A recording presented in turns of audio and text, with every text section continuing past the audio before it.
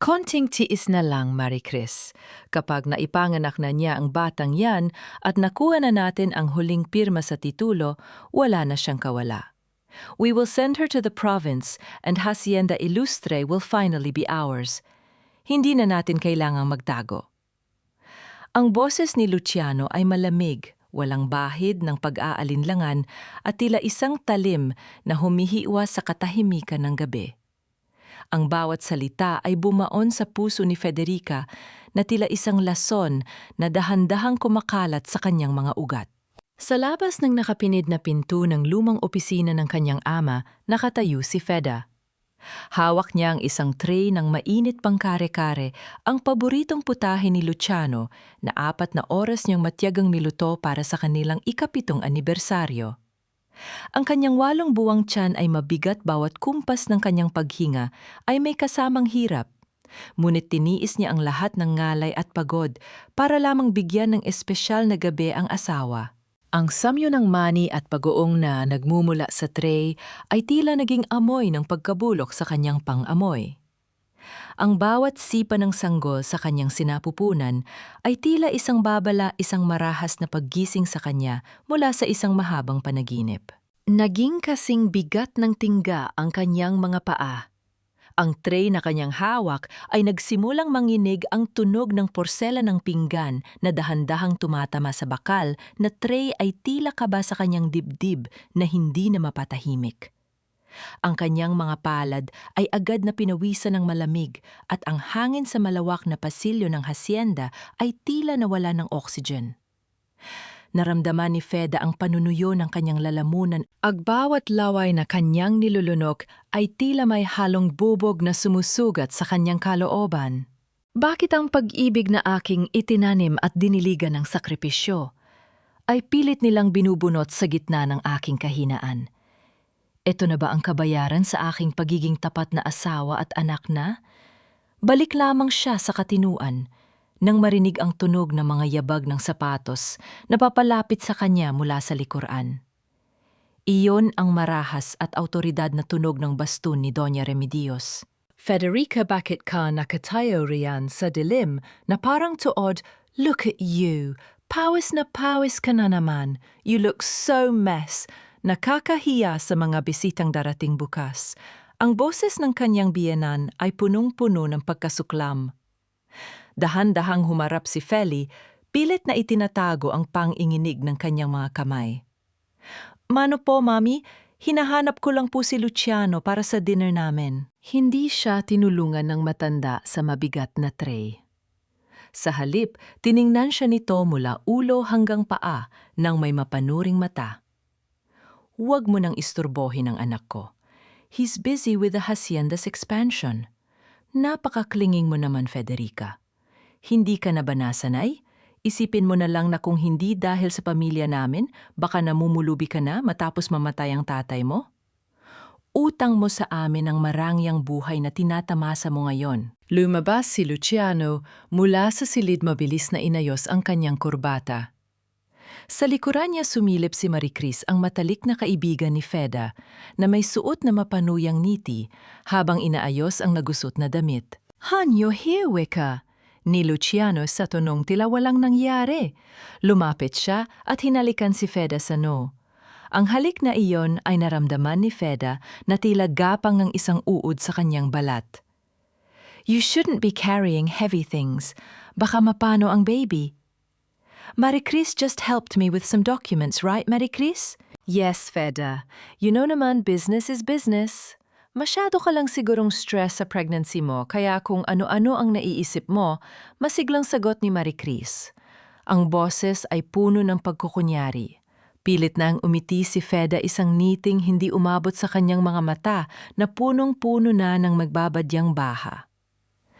"Sige, mauna na ako sa dining room. I'll just wait for you there." Habang dahan-dahang naglalakad palayo si Feda, naramdaman niya ang titig ng 3 sa kanyang likuran, mga titig na tila naghihintay na lamang sa kanyang pagbagsak.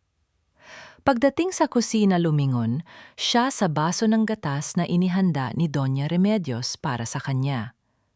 Ang gatas na tila busilak sa puti, Ngunit alam niyang may dalang panganib na hindi niya pa lubos na mawari.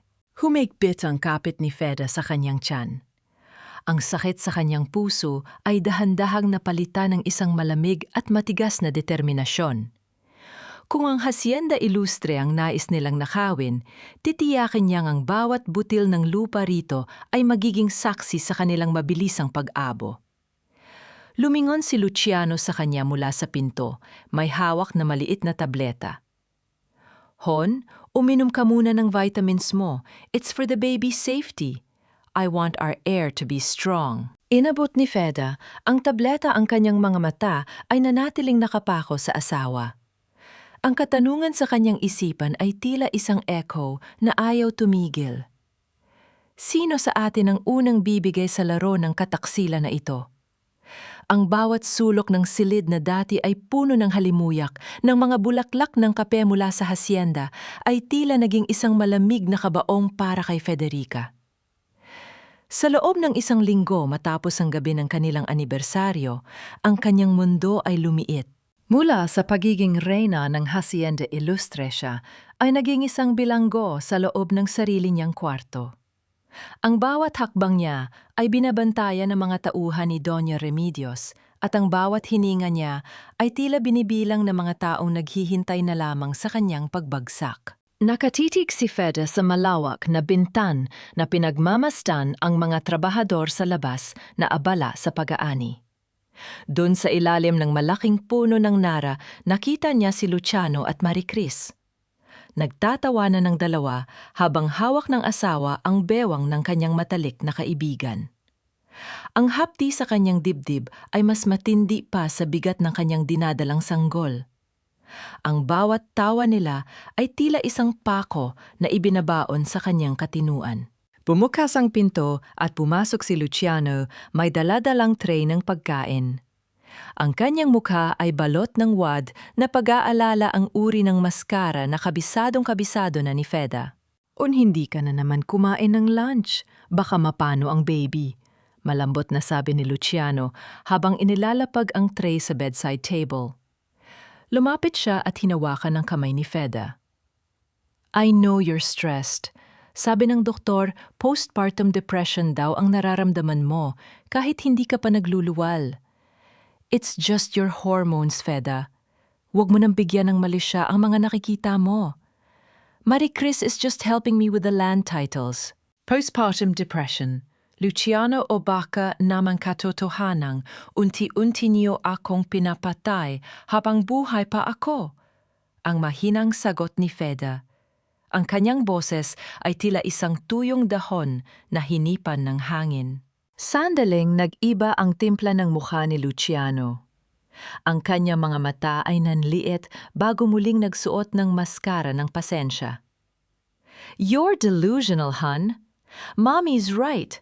Kailangan mo na talagang magpahinga sa probinsya pagkapanganak mo. Now take your medicine.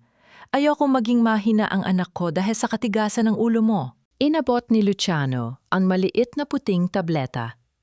Gaya ng mga nakaraang araw, nagkunwais si Feda na nilunok ito, ngunit sa katotohanan ay itinago niya ito sa ilalim ng kanyang dila. Nang makaalis ang asawa, mabilis niyang iniluwa ang gamot sa loob ng kanyang panyo.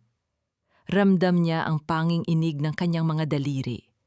Hindi vitamins ang ibinibigay sa kanya. Ito ay isang uri ng pampakalma na nagpapabagal sa kanyang isip at katawan. Nang hapong iyon pinilit ni Feda na bumaba para sa hapunan. Alam niyang kailangan niyang magpakita ng katatagan sa harap ni Doña Remedios upang hindi sila makahalata sa kanyang mga plano. Pagdating sa dining hall, ang malamig na titig ng kanyang biyen anang sumalubong sa kanya. "Mano po, Mami?" sabi ni Feda sabay abot sa kamay ng matanda. Naramdaman niya ang magaspang at malamig na balat ni Doña Remedios sa kanyang noo. Ang amoy ng mamahaling sampagita na pabango ng matanda ay tila amoy ng kamatayan para sa kanya. Isang matalim ng ngiti ang sumilay sa labi ng biyenan habang dahan-dahang binabawi ang kamay. "Mabuti naman at marunong ka pang magbigay galang, Federica," ani Doña Remedios habang marahang hinihiwa ang karne sa kanyang plato. Ang tunog ng kutsil, yun na tumatama sa porselana, ay tila bawat tibok ng kaba sa dibdib ni Feda. Don't worry, once the baby is here, I will personally handle everything. Ang Hacienda Ilustre ay kailangan ng isang matatag na lider, hindi isang emosyonal na babaeng, hindi man lang kayang protektahan ng sariling pirma. Natigilan si Feda. Alam niyang tinutukoy ng matanda ang mga dokumentong nakita niya sa opisina. Kumuyom ang kanyang mga palad sa ilalim ng lamesa. Matapos ang hapunan, habang abala ang lahat sa pakikipag-usap sa sala, palihim na pumasok si Feda sa silid ni Luciano. Ang kanyang puso ay humahampas sa kanyang tadyang na tila, isang ibong nais kumawala. Nagmamadali niyang hinalughog ang basurahan sa gilid ng mesa ng asawa. Doon sa ilalim ng mga punit-punit na papel, nakahanap siya ng isang maliit na piraso ng card. Isang flight confirmation papuntang New York. Isang ticket para kay Luciano Ilustre at isang ticket para kay Maricris Sandoval. Ang petsa ng pag-alis, 2 araw matapos ang kanyang inaasahang petsa ng panganganak. Naramdaman ni Feda ang panlalamig ng kanyang buong pagkatao. Ang kanyang hininga ay naging mababaw at mabilis. Hindi lamang nila nais kunin ang hacienda, balak nilang iwanan siya sa gitna ng kanyang paghihirap matapos makuha ang kanyang anak. Biglang narinig ni Feda ang mahinang tunog ng pagpihit ng doorknob. Nanigas siya sa kanyang kinatatayo habang dahan-dahang bumubukas ang pinto ng silid. Bakit ka naririto, Federica, hindi?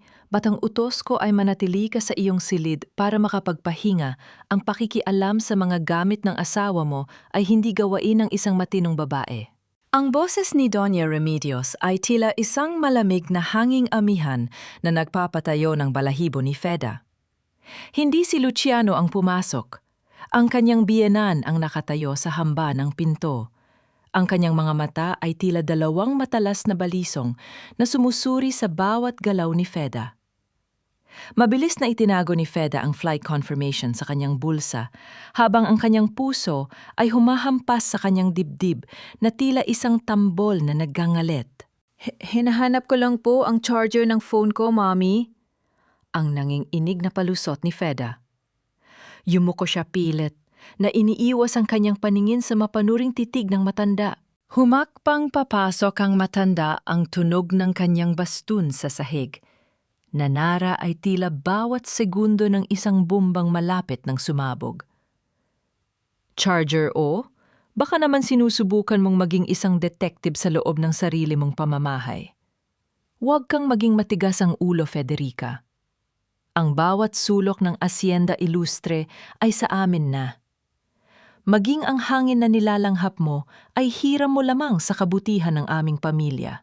Nang makaalis ang matanda ng may mapanayang halahak, hindi na nag-aksyaya ng panahon si Feda. Sa ilalim ng isang makapal na file ng business expansion, nahanap niya ang kaisa-isang dokumentong kanyang kinatatakutan. Isang deed of absolute sale para sa buong Hacienda Ilustre. Ang kanyang pangalan ay nakasulat doon bilang seller, at sa ibaba nito ang isang pamilyar, ngunit banyagang kurbada ng tinta ang kanyang pirma. Naramdaman ni Feda ang panunuyo ng kanyang lalamunan. Ang kanyang mga daliri ay dahan-dahang humaplos sa papel. Ang formal at maayos na pirma na yon ay hindi sa kanya. Ito ay isang wad na bakas ng kataksilan.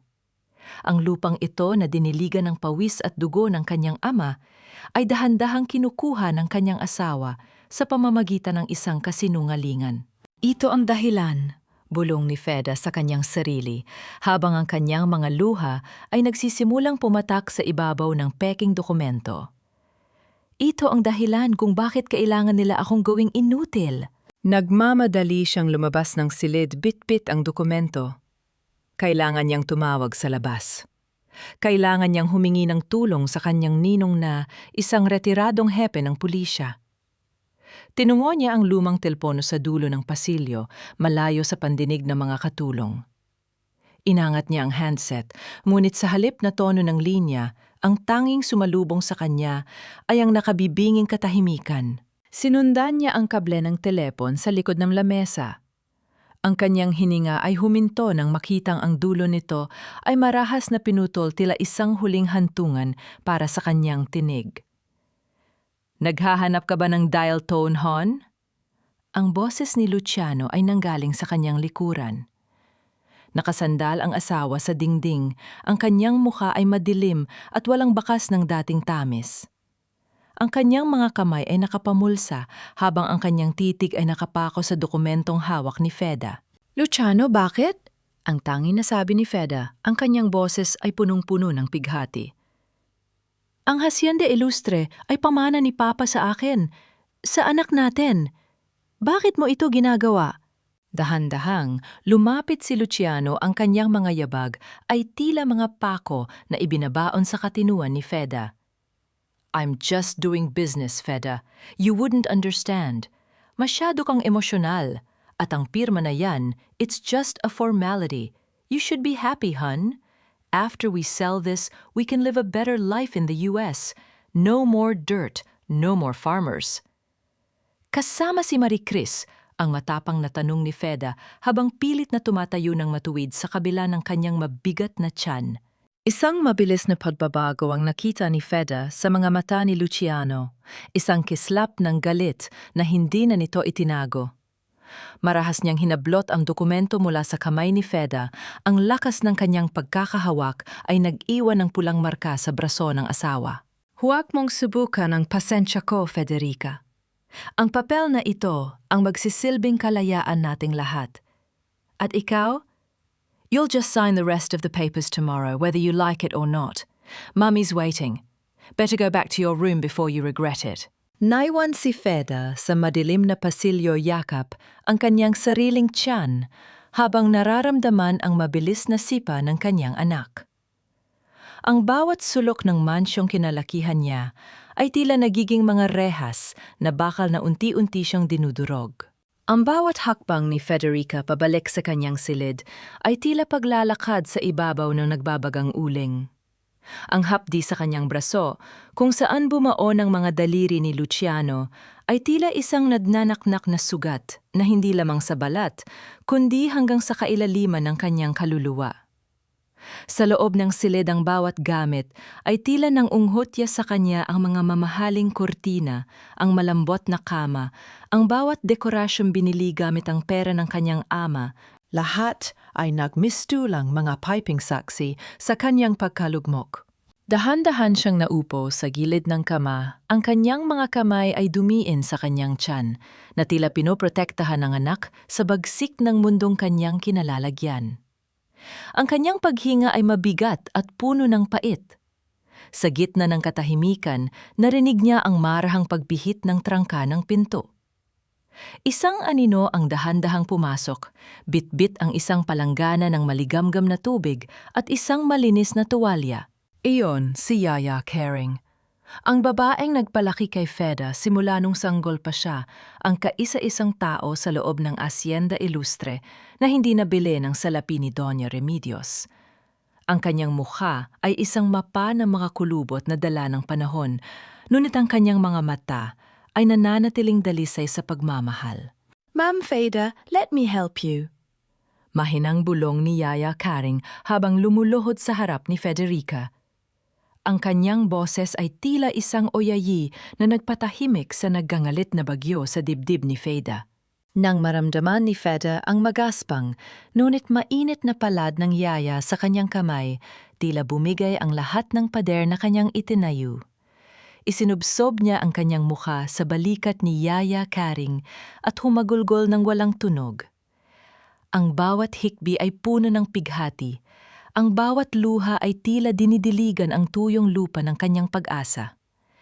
Ito ang kanyang golden moment, ang sandali kung saan ang isang reyna ay naging isang bata muli sa bisig ng kanyang tunay na ina.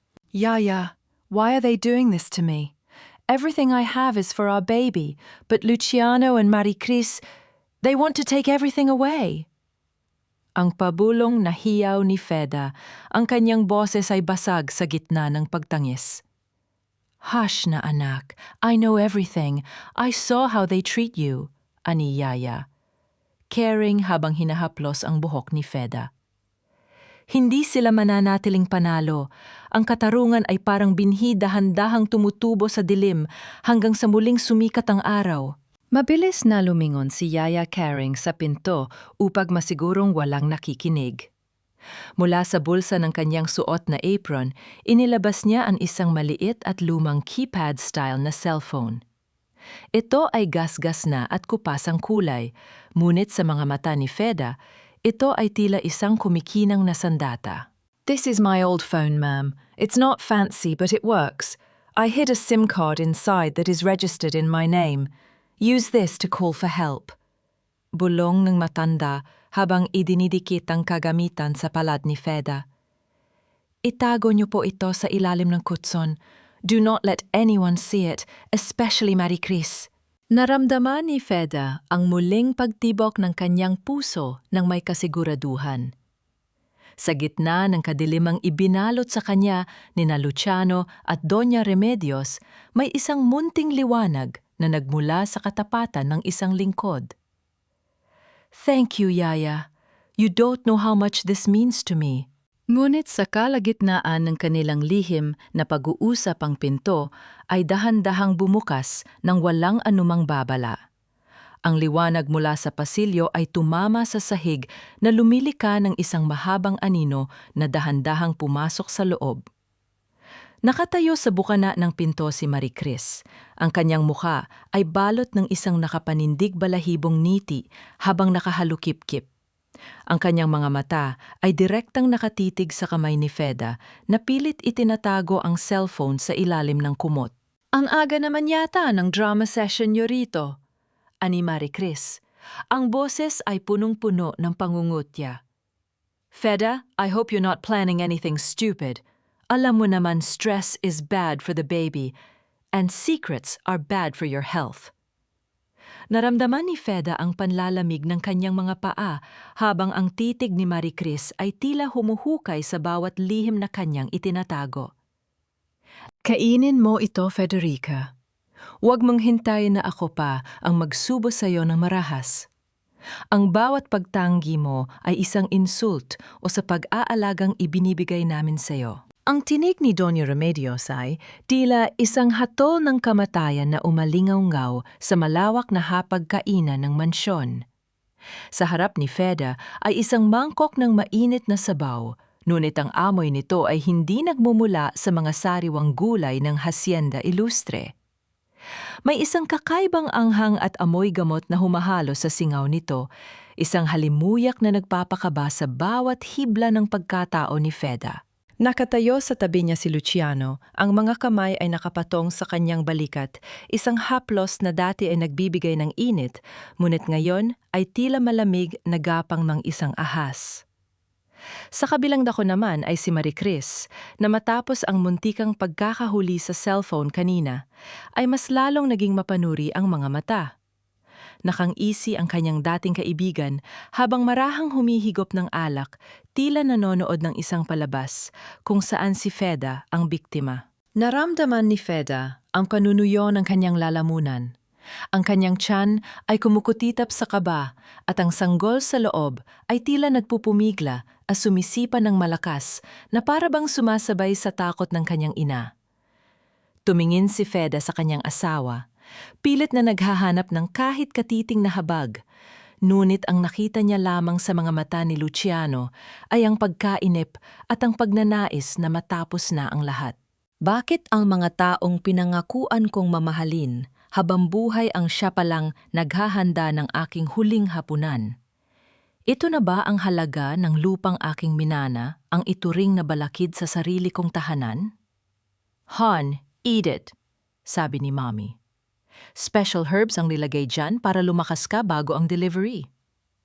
Pagpapatuloy ni Luciano sa tonong Taglish na tila ba nanggagaling sa isang mapagmahal na asawa.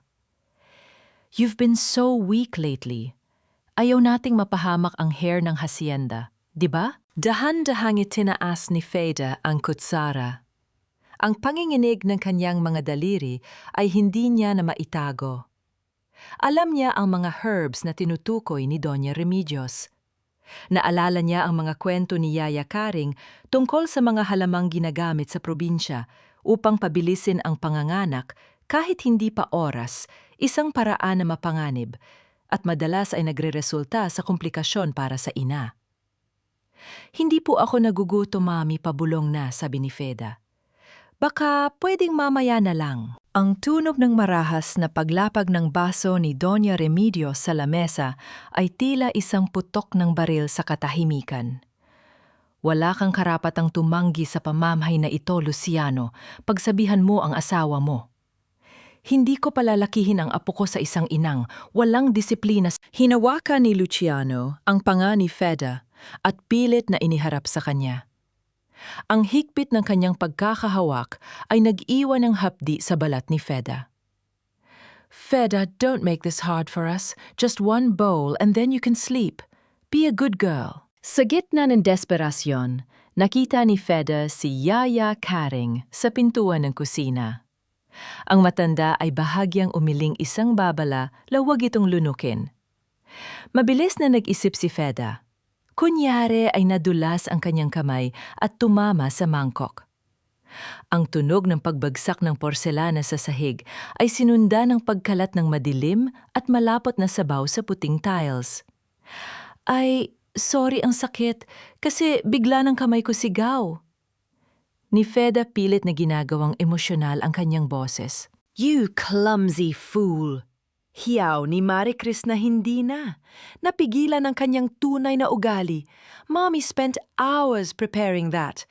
Gunit ang galit ni Marie Chris ay nalamlam nang biglang mapahawak si Feda sa kanyang tiyan. Isang matalim at nanunuot na kirot ang gumuhit mula sa kanyang balakang patungo sa puson. Hindi ito pagpapanggap. Ang stress at ang tensyon sa loob ng silid ay tila nag-trigger sa kanyang katawan. Naramdaman ni Feda ang pagdaloy ng isang mainit na likido sa kanyang mga binti. Ang kanyang paningin ay nagsimulang lumabo at ang bawat hininga niya ay naging isang maikling hiyaw ng sakit. Luciano, ang baby, ang nanginginig na tawag ni Feda habang dahan-dahang bumabagsak ang kanyang katawan patungo sa sahig. Luciano, help me! Manganganak na yata ako. Ang huling nakita ni Feda bago ang dilim ay ang malamig na titig ni Doña Remedios at ang pag-aalinlangan sa mukha ni Luciano habang si Marie Chris ay nakatayo lamang at pinagmamasdan ang kanyang paghihirap ng may masamang niiti. Huwag ka nang mag-aksaya ng laway sa pagtawag kay Luciano, Feda. Wala siya rito. At kahit narito man siya, sa tingin mo ba ay ikaw ang kanyang pakikinggan? You're just a broken vessel, now a burden to this hacienda. Ang boses ni Marie Chris ay parang isang matalim na kuko na kumakalos sa katahimikan ng madilim na silid ni Feda. Nakasandal ang kanyang dating matalik na kaibigan sa hamba ng pinto, suot ang isang mamahaling pulang bestida na tila sumisimbolo sa tagumpay nito. Wala na ang maskara ng pagkakaibigan. Ang naroon na lamang ay ang hubad na katotohanan ng kanyang kasamaan. Nakatitig si Feda sa kaniya mula sa kinalalagyan sa kama. Pagkatapos ng nangyari sa hapagkainan, dinala siya sa kanyang silid at tinurukan ng kung anong gamot na nagpamanhid sa kanyang katawan. Ang kanyang tiyan ay mabigat pa rin at ang bawat sipa ng kanyang anak ay tila isang piping pagsusumamo para sa kaligtasan. Ramdam ni Feda ang panunuyo ng kanyang mga labi, ngunit ang kanyang mga mata ay nagmininga sa pot na matagal niyang kinimkim.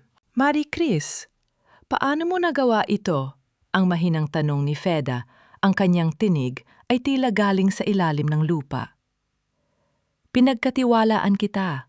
Itinuring kitang kapatid. Binuksan ko ang pintuan ng Hacienda Ilustre para sa iyo noong wala kang matuluyan. Humalakak si Marie Chris, isang tunog na puno ng pangungutya at kawalang hiyaan. Kapatid, oh Feda, you were always so naive. Itinuring mo akong kapatid dahil gusto mong magmukhang santo. Pero sa likod ng iyong kabutihan, lagi mo akong ginagawang anino mo. You had the money, the land, and the perfect husband. Pero tignan mo na yon, nasaan ang perpektong buhay mo? Dahan-dahang lumapit si Maricris sa tabi ng kama ni Feda. Inabot niya ang isang hibla ng buhok ni Feda at marahas itong hinila. Sabi ni Luciano, ang amoy mo raw ay amoy ng tuyong lupa at alikabok ng bukid. Samantalang ako ang amoy ng kanyang hinaharap sa New York. Once the papers are legalized and you're safely tucked away in an asylum, I will be the new mistress of Hacienda Ilustre. At ang batang yan, huwag kang mag-alala. Palalakihin ko siya bilang anak ko. Naramdaman ni Feda ang isang mabilis na daloy ng enerhiya sa kanyang mga ugat. Ang pangungutya ni Maricris sa kanyang pagiging ina ay ang huling pako na bumasag sa kanyang pagtitimpi. Ang sakit ng kanyang tiyan at ang pamamanhid ng kanyang binti ay tila naglaho pinalita ng isang matinding instinct ng isang sugatang leon. Sa isang iglap pilit na bumangon si Feda mula sa pagkakahiga.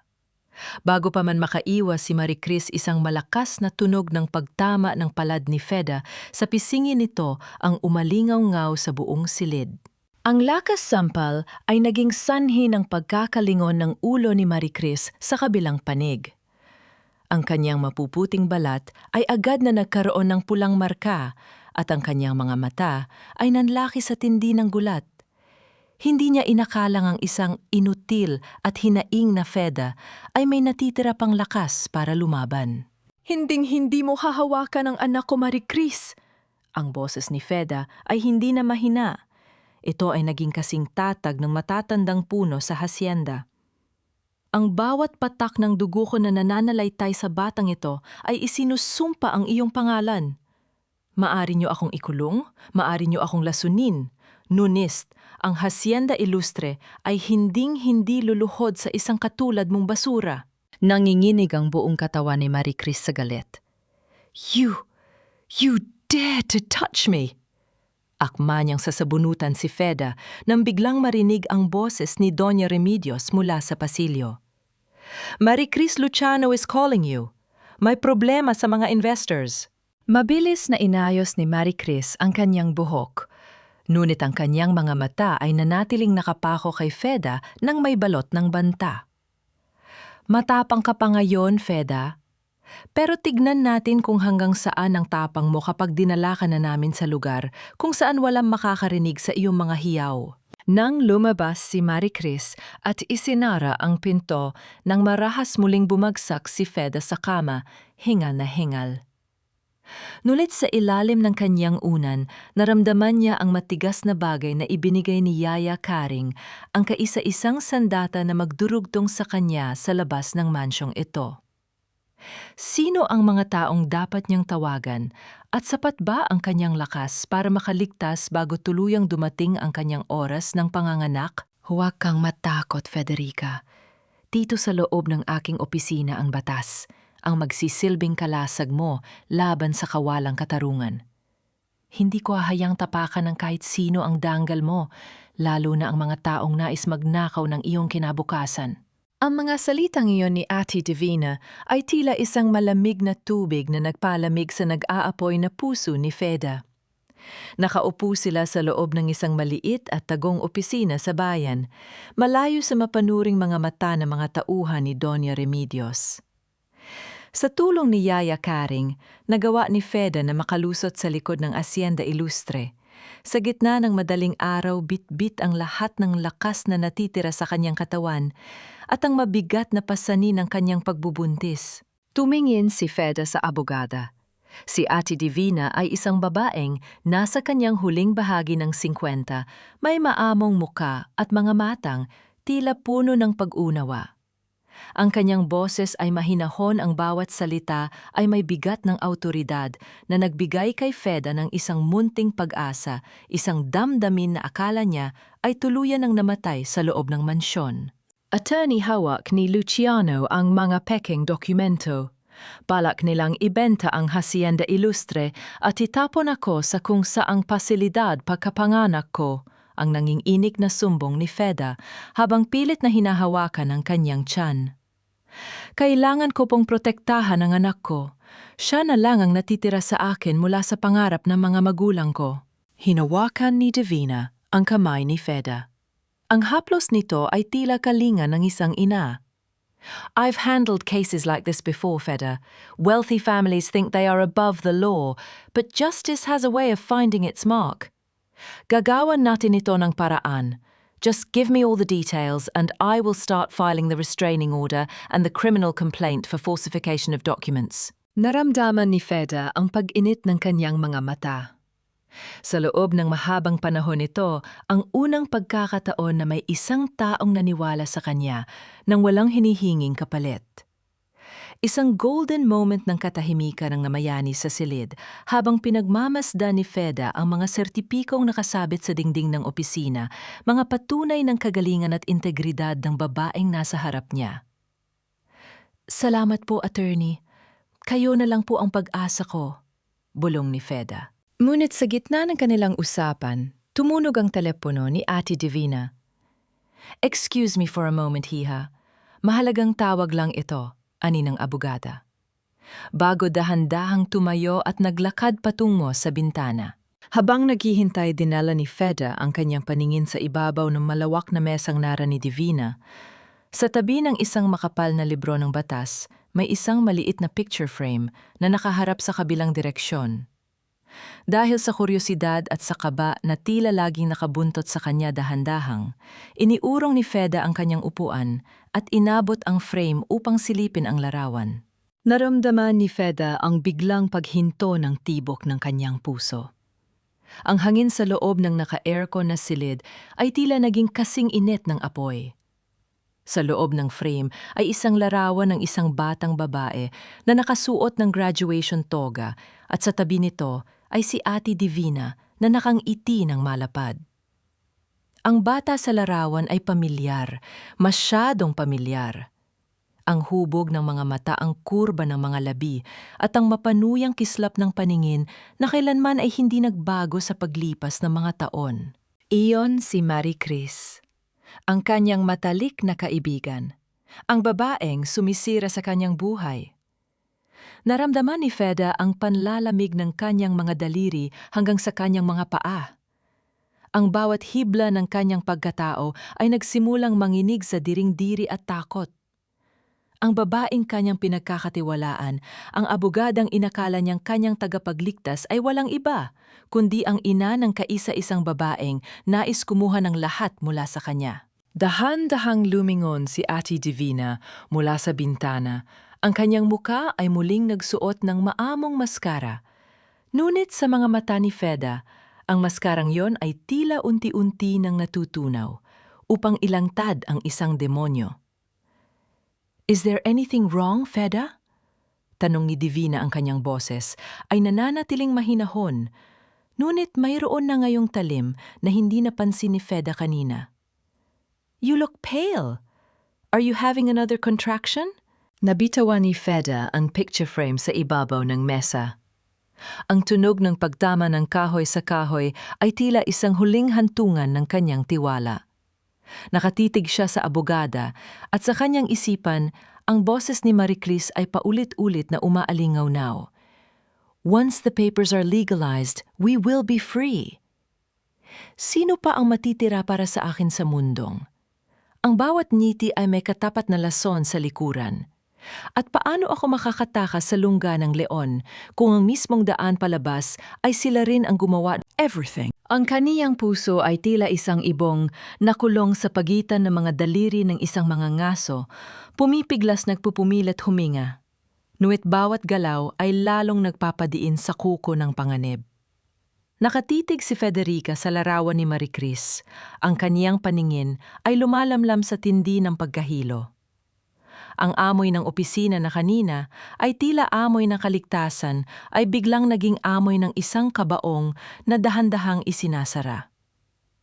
Feda, bakit ka natahimik?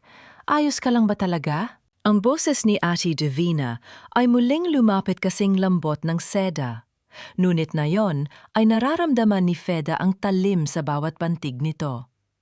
Marahang hinawakan ng abogada ang kanyang balikat. Ang haplos na yon na akala niya ay kalinga ng isang ina ay tila gapang ng isang uod na nagpapatindig ng kanyang balahibo. Kailangang mag-isip ng mabilis, kailangang magtago sa likod ng kanyang kahinaan. Opo, attorney. Bigla lang pong kumirot ang tiyan ko. Ang baby tila nagagalit. Ang pabulong na sagot ni Feda. Dahan-dahan niyang binitiwan ang larawan at pilit nang umiti nang pilit ang kanyang mga mata ay puno ng wad na pasasalamat. Masyado lang po siguro akong naging emosyonal sa pag-asang matutulungan niyo ako. Tumango si Divina, ang kanyang mga mata ay tila sumusuri sa katapatan ni Feda. Ganon talaga ang mga buntis, Feda. Huwag kang mag-alala, protektado ka rito. Iwan mo muna sa akin ang mga kopya ng record na dinala mo. I'll review them and we'll meet again tomorrow. Magpahinga ka muna sa kabilang kwarto, may kakausapin lang akong kliyente. Dinala ni Divina si Feda sa isang maliit na waiting lounge sa loob ng opisina. Nang maisara ang pinto, mabilis na sumandal si Feda sa pader.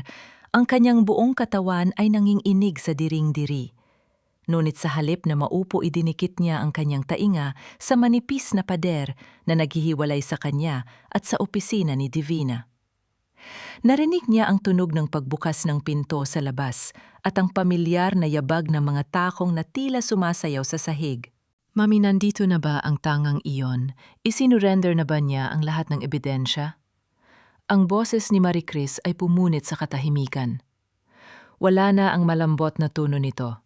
Ang naroon ay ang mapagmataas at matinis na boses ng isang babaeng walang kaluluwa. Hinaan mo ang boses mo, Marie Chris, ang malamig na sagot ni Divina.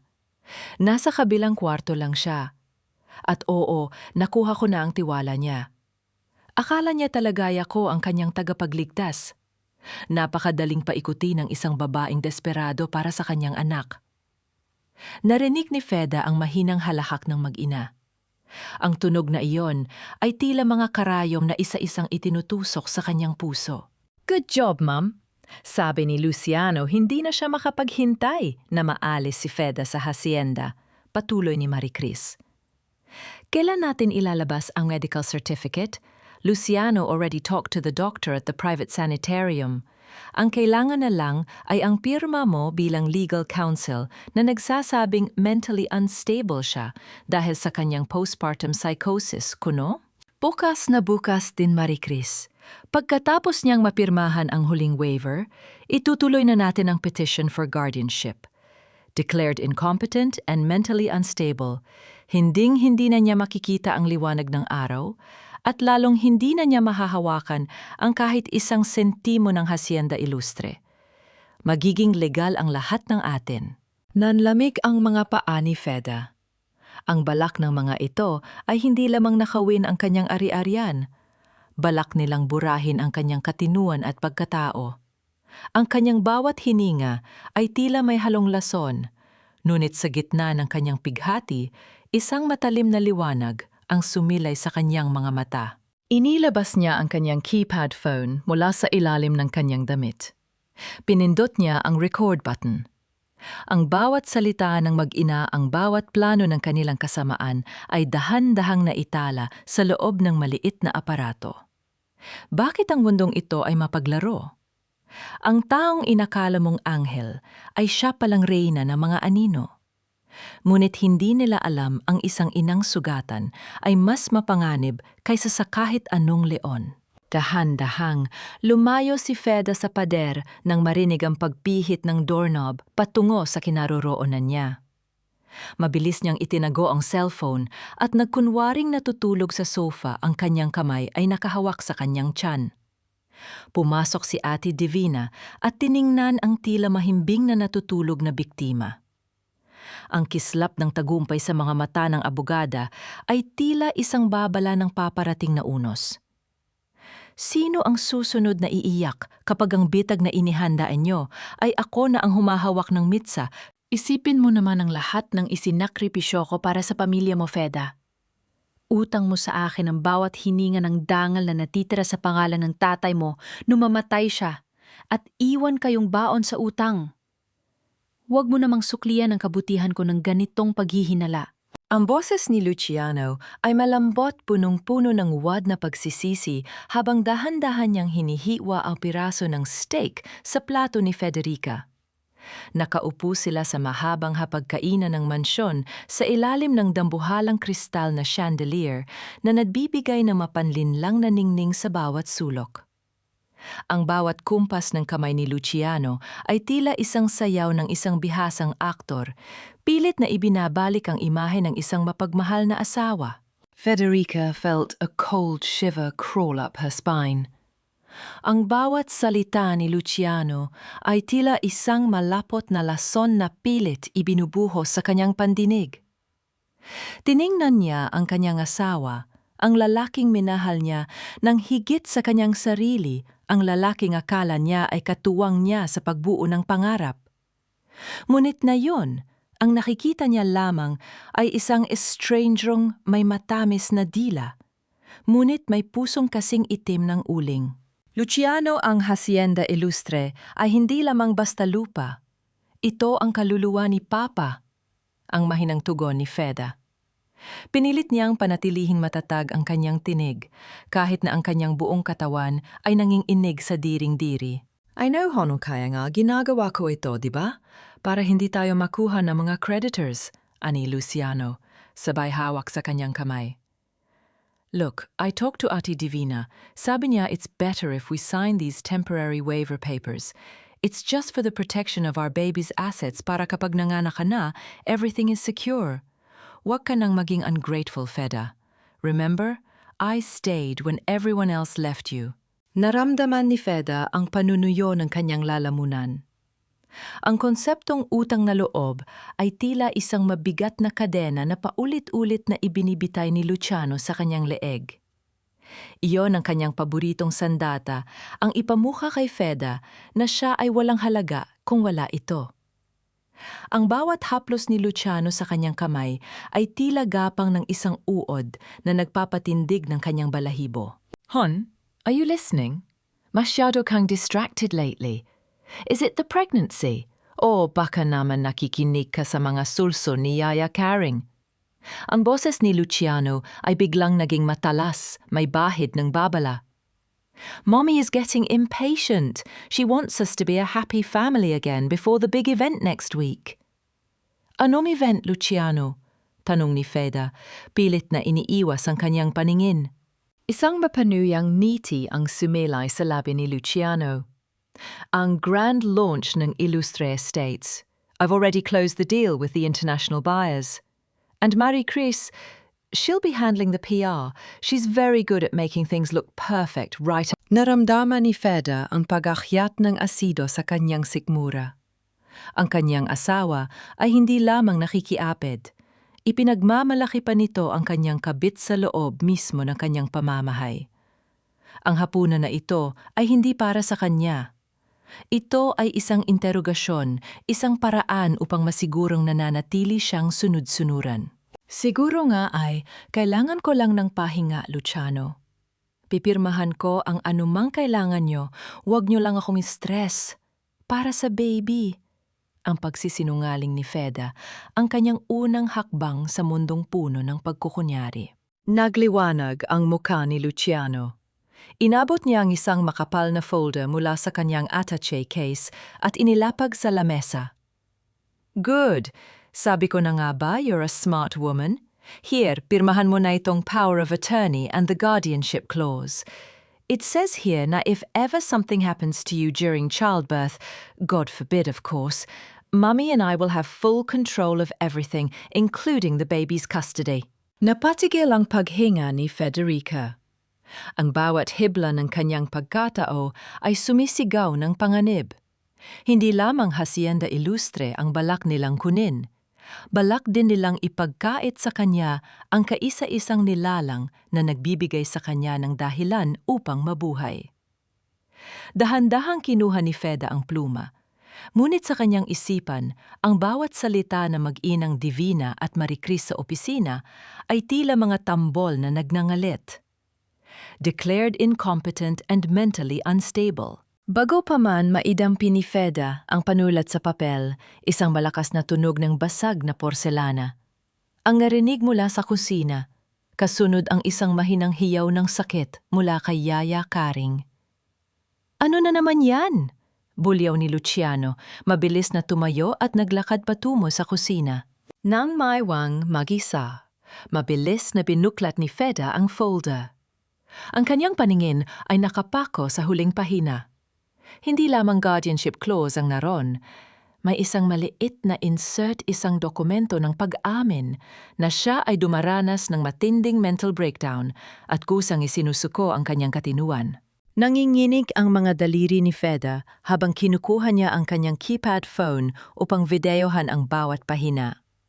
Ngunit sa kalagitnaan ng kanyang pagkuha, naramdaman niya ang isang malamig na presensya sa kanyang likuran. Isang kamay na may mahahaba at pulang kuko ang marahas na humablot sa kanyang cellphone mula sa kanyang pagkakahawak. Akala ko ba ay tapos na ang drama, Feda? Pero bakit tila mas lalo kang nagiging bida sa sarili mong pelikula? Nakatayo sa kanyang likuran, si Marie Chris ang mga mata ay nanglilisik sa tagumpay habang tinitingnan ng screen ng cellphone ni Feda kung saan nakabukas pa ang video recording. Akala mo ba ay malulusutan mo kami, Federica, ang isang basyong sisidlan? Ay walang karapatang magtago ng apoy dahil sa huli, sarili mo lang ang susunugin mo?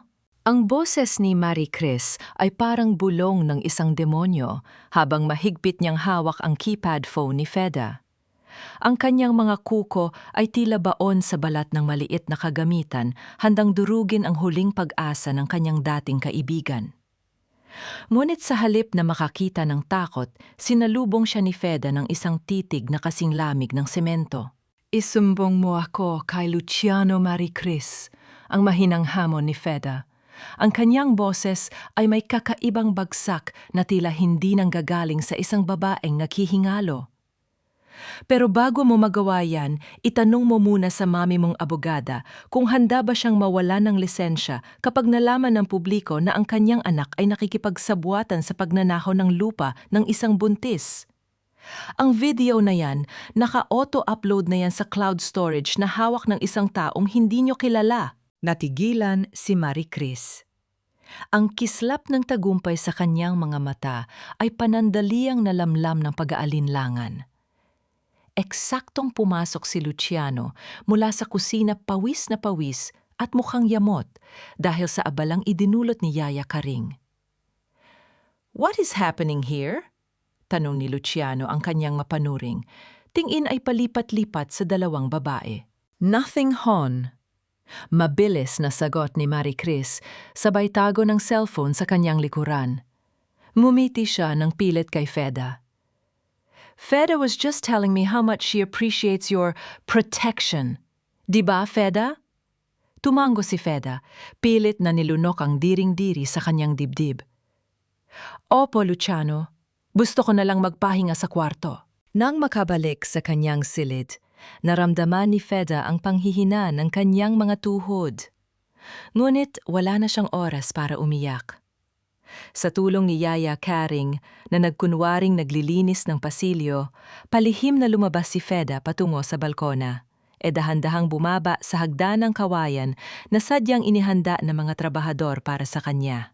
Tinahak niya ang madilim na landas patungo sa baryo ng mga manggagawa ng Hacienda Ilustre. Ang amoy ng basang lupa at ang halimuyak ng mga bulaklak ng kape ang nagsilbing gabay niya sa gitna ng kadiliman. Sa kanyang paglalakad, bawat sipa ng kanyang anak ay tila nagbibigay sa kanya ng lakas na higit pa sa kanyang pisikal na kakayahan. Pagdating niya sa isang maliit na kubo sa dulo ng hacienda, sinalubong siya ni Mang Carding, ang pinakamatandang kapitan ng mga magsasaka na tapat na naglingkod sa kanyang ama. Ang mga mata ng matanda ay nanginghilid sa luha nang makita ang kalagayan ng kanyang senyorita. "Ma'am Feda, bakit kayo nandito sa ganitong oras? Mapangani para sa inyo at sa bata?" Ang nag-aalalang bulong ni Mang Carding habang inaalalayan si Feda sa isang bangkito. "Mang Carding, wala na akong ibang matatakbuhan," ang sabi ni Feda. Ang kanyang mga daliri ay humawak ng mahigpit sa magaspang na palad ng matanda. Iyon ang kanyang golden moment, ang pagdampi ng balat ng isang ilustre sa balat ng taong nagbungkal ng kanilang lupa. Balak nilang ibenta ang hasyenda ilustre sa mga dayuhan. Kapag nangyari yon lahat, kayo ay mawawala ng tirahan. Luciano is not who you think he is. Isang mabigat na katahimikan ang namayani sa loob ng kubo. Ang tunog ng mga kuliglig sa labas ay tila sumasabay sa kaba ng mga puso sa loob. Isang grupo ng mga kalalakihan ang lumitaw mula sa dilim ang mga trabahador na handang itaya ang buhay para sa pamilyang tunay na nagpahalaga sa kanila. Alam namin, ma'am, ani Mang Carding, matagal na kaming nagmamasid. Nakita namin ang mga hindi kilalang lalaki na nagsusukat ng lupa. Pero wala kaming magawa dahil wala kaming hawak na katibayan. Dahan-dahang ini, labas ni Mang Carding ang isang kupas at lumang folder mula sa ilalim ng kanilang sahig na kawayan. Marito po ang audit report na itinago ng yumaong accountant ng inyong ama. Ipinagkatiwala niya ito sa akin bago siya pumanaw. Ipinapakita rito na ang utang na sinasabi ni Sir Luciano ay gawa-gawa lamang. Ang hasyenda ilustre ay kumikita ng malaki, ngunit ang pera ay inililipat sa isang offshore account sa ilalim ng pangalan ni na Luciano at ng isang Maricris Sandoval. Naramdaman ni Feda ang pag-akyat ng matinding galit at pag-asa. Hawak na niya ang huling piraso ng puzzle. Ang audit report na ito, kasama ang kanyang mga audio recordings, ang magiging mitsa ng pagbagsak ng kanyang mga kaaway. Mang Carding, kailangan kong tulong nyo. Bulong ni Feda, ang kanyang mga mata ay nagliliyab sa determinasyon. Sa darating na grand launch, titiyakin nating ang hasyenda ilustre ay hindi na muling luluha. Ang bawat butil ng lupa rito ay sisigaw ng katarungan. Ngunit sa kalagitnaan ng kanilang lihim na pagtitipon, isang malakas na tunog ng busina ang narinig mula sa kalsada. Isang itim na sasakyan ang dahan-dahang tumitigil sa harap ng kubo ni Mang Carding. Lumingon si Feda sa bintana at nadlamig ang kanyang buong pagkatao nang makita niya si Luciano na bumababa mula sa sasakyan, hawak ang isang flashlight na tumama ng diretsyo sa kanyang mukha. I didn't know you were fond of late-night walks in the barrio. Ang malamig na boses ni Luciano ay umalingaon sa gabi. Are you telling them bedtime stories or are you planning a rebellion against your own husband? Akala mo ba ay makakalabas ka sa mga mata ko, Feda? Ang hasyenda ilustre ay pag-aari ko na at ang bawat damo rito ay naguulat sa bawat hakbang mo. Huwag mong subukan ang pasensya ko kung ayaw mong manganak sa loob ng malamig na rehas. Ang boses ni Luciano ay parang hagupit ng latigo sa gitna ng katahimikan ng baryo. Ang liwanag ng kanyang flashlight ay tila isang mapanuring mata na hindi humihiwalay sa mukha ni Feda. Nakatayo ang kanyang asawa sa harap ng kubo ni Mang Carding. Ang kanyang mga tauhan ay nakabantay sa bawat sulok, tila mga buwayang handang sumakmal. Naramdaman ni Feda ang panlalambot ng kanyang mga tuhod, hindi dahil sa takot, kundi dahil sa bigat ng kanyang dinadalang sanggol at ang pagod ng kanyang katawan. Ngunit sa ilalim ng kanyang damit, ramdam niya ang init ng audit report na ibinigay ni Mang Carding, ang kaisa-isang dokumentong magpapabagsak sa imperyong itinayo ni Luciano sa kasinungalingan. Kailangan niyang sumuko ngayon upang tuluyang manalo bukas. Luciano, patawad, ang pabulong na sabi ni Feda. Dahan-dahan siyang lumapit sa asawa, pilit na ginagawang nanginginig ang kanyang boses at pinalamlam ang kanyang mga mata. Masyado lang akong naguguluhan. Sabi niyo, baliw na ako. Akala ko kapag narinig ko ang boses ng mga magsasaka, maaalala ko kung sino talaga ako. Isang mapanuyang ngiti ang sumilay sa labi ni Luciano. Marahas niyang hinawakan ang braso ni Feda at hinila ito patungo sa sasakyan. That's right, hon. You're confused, you're sick, at ang mga taong ito, itinuro niya si Mang Carding ng may pagkasuklam. They are poison to your mind. Huwag kayong mag-alala, Ma'am Feda will be safe in the mansion. Permanently. Nang makabalik sila sa mansyon, sinalubong sila ni Doña Remedios sa malawak na salas. Ang matanda ay nakasuot ng kanyang itim na bestida, habang ang kanyang mga kamay ay abala sa paghagod sa kanyang mamahaling perlas. Ang amoy ng sampagwita at insenso ay nanunuot sa buong silid, ngunit para kay Feda, ito ay amoy ng isang kabaong na dahan-dahang isinasara. "Mano po, Mami?" ani Feda, habang dahan-dahang yumuyukod. Naramdaman niya ang malamig at magaspang na balat ng matanda sa kanyang noo.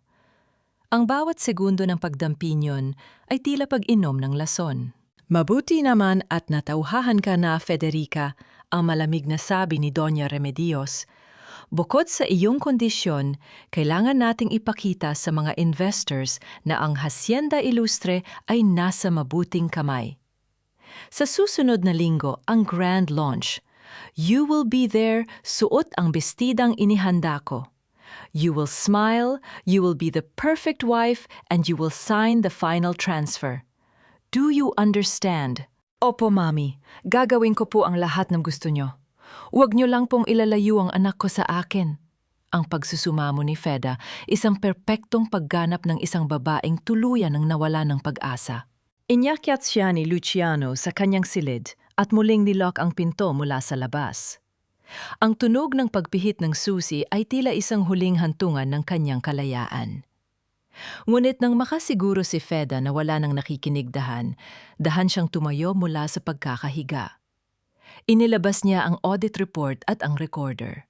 Ang kaniyang mga mata ay naging kasing talim ng kidlat sa gitna ng unos. Ang kanyang bawat hininga ay naging panunumpa isang panunumpa na.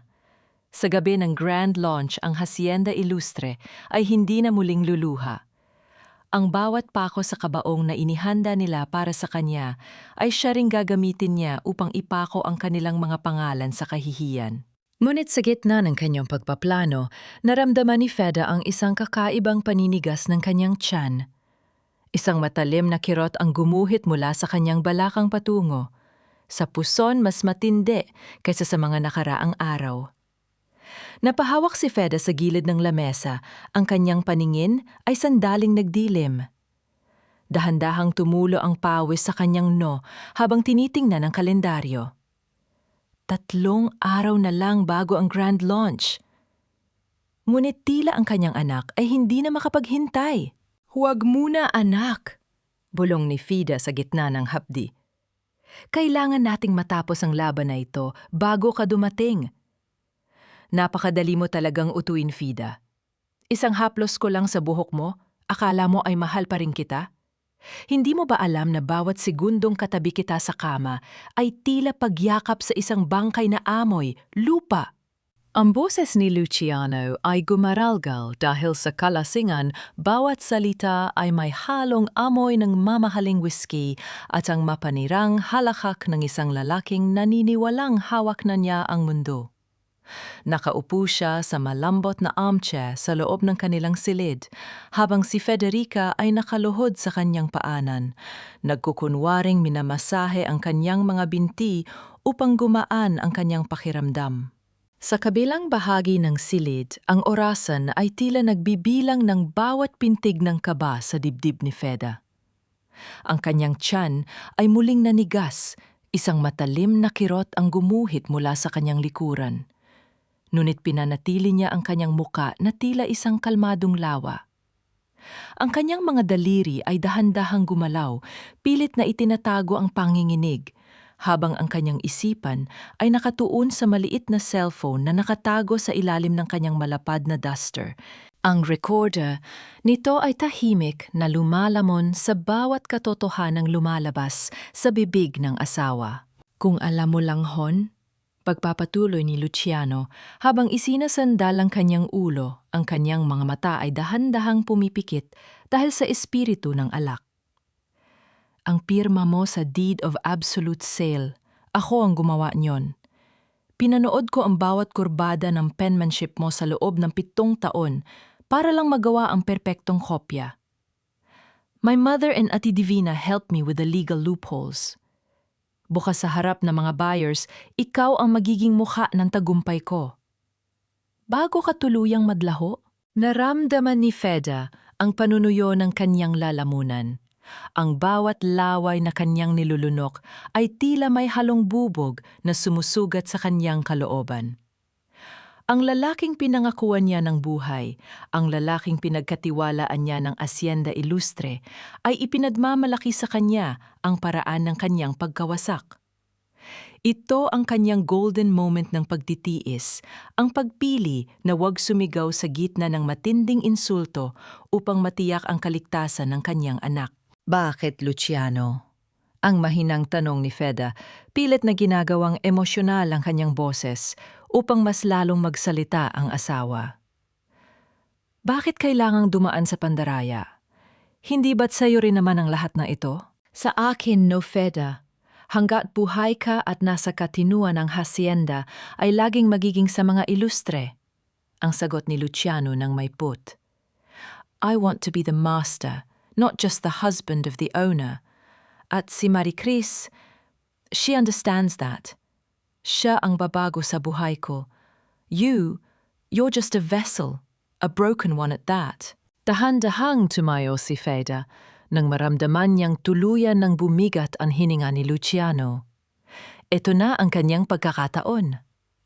Maingat niyang kinuha ang cellphone mula sa kanyang damit at siniguradong na-save ang recording. Ang kanyang mga kamay ay pawis na pawis at ang bigat ng kanyang tiyan ay tila lalong nadaragdagan sa bawat segundong lumilipas. Ngunit bago pa man siya makalayo sa silya, biglang gumalaw si Luciano. Ang kanyang kamay ay mabilis na humawak sa braso ni Feda. Ang higpit niyon ay naging sanhi ng kanyang pagkapasinghap. Saan ka pupunta, Feda? Ang tanong ni Luciano. Ang kanyang mga mata ay biglang bumukas, bagaman mapula ay puno ng hinala. Anong hawak mo sa likod mo? Nanigas ang buong pagkatao ni Federica. Ang recorder sa loob ng cellphone ay naglalabas ng isang maliit na asul na ilaw na maaaring magkanulo sa kanya anumang sandali. Ang tunog ng kanyang sariling puso ay tila mas malakas pa sa ulan sa labas. Ang unan mo, Luciano. Kukunin ko lang ang unan mo para mas lalo kang makatulog ng maayos. Ang nanginginig na palusot ni Feda habang pilit na isinasiksik ang cellphone sa ilalim ng kanyang unan sa kama. Dahan-dahang binitiwan ni Luciano ang kanyang braso, ang kanyang muka ay muling nilamon ng antok. Good, stay there. Don't leave my sight. Na makahiga muli ang asawa, mabilis na lumabas si Feda patungo sa banyo. Isinandal niya ang kanyang likod sa malamig na pader at dahan-dahang napaupo sa sahig. Ang kanyang mga luha ay tuluyan ng bumuhos, hindi dahil sa takot, kundi dahil sa hapdi ng katotohanan. Hawak na niya ang huling ebidensya, ang pag-amin ni Luciano sa kanyang pandaraya. Ngunit sa kalagitnaan ng kanyang pag-iyak, naramdaman ni Feda ang isang matinding pag-alon sa kanyang tiyan, kasunod ang isang mainit na likidong dahan-dahang dumadaloy sa kanyang mga binti. Ang kanyang mga mata ay nanlaki sa tindi ng gulat at kaba. Ang grand launch ay bukas na, ngunit ang kanyang anak ay tila nais ng sumaksi sa laban ng kanyang ina ngayong gabi. Sapat ba ang naitalang katotohanan upang protektahan sila o ang pagdating ng kanyang anak ang magiging mitsa ng kanyang tulo, yung pagkatalo sa kamay ni na Luciano at Doña Remedios? Ang bawat pagpintig ng sakit sa aking sinapupunan ay tila isang babala na ang oras ay mabilis na nauubos habang ang halakak ng aking mga kaaway ay umaalingaw-ngaw sa malawak na pasilyo ng mansyon. Sa labas ng aking silid, naririnig ko ang abalang paghahanda para sa grand launch, ang tunog ng mga tinatampisaw na kubyert, o ang mabibigat na yabag ng mga waiter at ang amoy ng mamahaling alak na tila humahalimuyak sa buong Hacienda Ilustre. Ngunit dito sa loob ng madilim na banyo, ang tanging kasama ko ay ang malamig na tiles at ang katotohanang ang aking panubigan ay tuluyan ng pumutok. Nanginginig ang aking mga kamay habang pilit kong isinusuot ang asul na bestidang inihanda ni Doña Remedios. Masikip ito tila sinadya upang selyuhan ang aking bawat hininga at itago ang katotohanan ng aking anak ay nagpupumilit ng lumabas. Nararamdaman ko ang malapot na likidong dumadaloy sa aking binti, ngunit kailangan kong maging matatag. Isang maling galaw, isang ungol ng sakit, at sisiguraduhin nilang hinding-hindi ako makakaabot sa entablado. Bumukas ang pinto at pumasok si Marie Chris suot ang isang matingkad na pulang gown na tila pag-aari na niya ang buong hacienda. Feda, bilisan mo, the investors from Singapore and New York are already here. Luciano wants you to look perfect. Huwag kang magmukhang may sakit kung ayaw mong kaladkarin ka ni Mami Remedios sa harap ng mga bisita. Tumingin ako sa kaniya ng may pilit na ningti. Ang bawat salita niya ay tila bawat saksak sa aking puso, ngunit tiniis ko ang hapdi. Huwag kang mag-alala, Marie Chris. Magiging perpekto ang gabing ito, higit pa sa inaasahan nyo. Pagbaba namin sa malawak na garden ng mansyon, sinalubong kami ng nakasisilaw na mga ilaw ng chandelier na nakasabit sa mga puno ng nara. Nakita ko si Luciano nakikipagkamay sa mga dayuhang negosyante. Ang kanyang mukha ay puno ng kasabikan sa perang. Inaakala niyang mapapasa kanya na. Si Doña Remedios naman ay nakatayo sa gitna tila isang reyna na nagmamasid sa kanyang nasasakupan. Ngunit sa gitna ng karangyaan, isang lumang itim na sasakyan ang dahan-dahang huminto sa bukana ng hacienda. Ang tunog ng makina nito ay tila isang tinig mula sa nakaraan. Bumaba ang isang lalaking may uban na ang buhok, ngunit matikas pa rin ang tindig si Uncle Arturo, ang kapatid ng aking yumaong ama na akala ng lahat ay matagal nang naninirahan sa ibang bansa. Naramdaman ko ang paghinto ng tibok ng aking puso. Si Uncle Arturo ang tanging saksi sa huling testamento ni Papa bago ito pumanaw.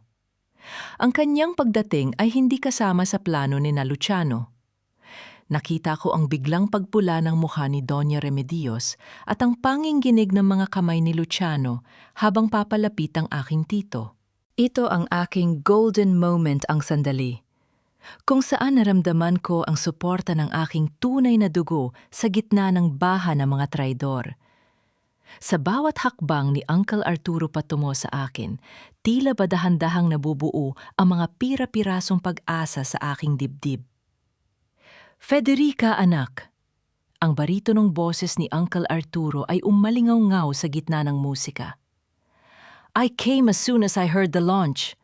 I wouldn't miss the day the illustre name is finally honored. May diin ang huling salita niya na tila ba isang babala. Tumingin siya ng diretso sa mga mata ni Luciano at sa isang saglit, ang kayabangan ng aking asawa ay napalitan ng purong takot. Naramdaman ko ang muling paghila ng sakit sa aking tiyan, isang kontraksyon na mas matindi kaysa sa mga nauna. Napakapit ako ng mahigpit sa braso ni Marie Chris. Ang aking mga kuko ay bumaon sa kanyang balat. Feda, are you okay? Ang pabulong na tanong ni Marie Chris, ang kanyang boses ay puno ng kaba. Tumingala ako sa langit, sa mga bituin na tila nagmamasid sa aming lahat. Ang katarungan ay narito nakasama ng sakit na hindi ko na kayang pigilan. Sino ang susunod na bibigay ang aking katawan o ang mga kasinungaling ang itinayo ni Luciano?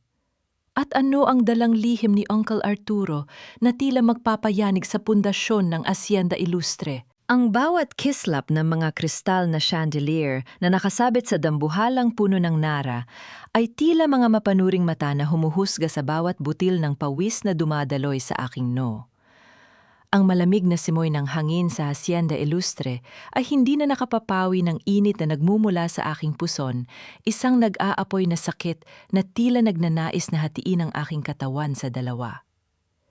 Ang asul na bestidong suot ko ay unti-unti nang bumibigat. Nararamdaman ko ang pagkapit ng basang tela sa aking mga binti, isang lihim na pilit kong itinatago sa ilalim ng ngiti ng isang tapat na asawa. Nakatayo si Luciano sa gitna ng entablado, suot ang kanyang mamahaling Amerikana na tila kinuha mula sa balat ng isang matagumpay na manunubig. Sa kanyang tabi si Marie Chris ay umaaktong tunay na ginang ng tahanan, nakikipag-usap sa mga investors nang may malanding tono ng Taglish na tila ba nakalimutan na niyang ang lupang tinatapakan niya ay pag-aari ng babaeng kanyang pinagtataksilan? Ladies and gentlemen, tonight is the beginning of a new era. Ang boses ni Luciano ay umalingaw ng sa buong hardin puno ng kayabangan. Hacienda Ilustre will no longer be just a farm. It will be the Ilustre Estates. Isang luxury development na babago sa mukha ng probinsyang ito. And to make it official, my wife Federica will now sign the final partnership agreement. Naramdaman ko ang muling paghila ng sakit sa aking tiyan. Napakapit ako ng mahigpit sa gilid ng mesa. Ang aking mga kuko ay bumaon sa telang nakatakip doon, hanggang sa maramdaman ko ang panginginig ng aking mga daliri. Tumingin ako kay Uncle Arturo na nakatayo sa madilim na bahagi ng audience. Isang dahan-dahang pagtango ang ibinigay niya sa akin, isang hudyat na ang katarungan ay nakahanda na sa likod ng tabing. Dahan-dahan akong humakbang patungo sa entablado. Ang bawat tapak ko ay tila paglakad sa ibabaw ng mga bubog. Nang makarating ako sa tapat ni Luciano, nakita ko ang kislap ng tagumpay sa kanyang mga mata. Inabot niya sa akin, ang gintong panulat ang kanyang kamay ay marahang humawak sa aking likuran. Isang haplos na puno ng banta na tila nagsasabing, "Pirmahan mo na ito kung ayaw mong mawala ang lahat." Ngunit sa halip, naabuti ng panulat dinala ko ang aking kamay sa mic stand. Ang tunog ng aking paghinga ay narinig ng lahat, mabigat at puno ng determinasyon. "Luciano, bago ko pirmahan ang kinabukasan ng Hacienda Ilustre, meron akong hindi na isama sa iyong presentasyon." Ang aking boses ay malinaw tila isang trumpeta na nagpapatahimik sa buong paligid. "Hon, what are you doing? Just sign it, we have guests."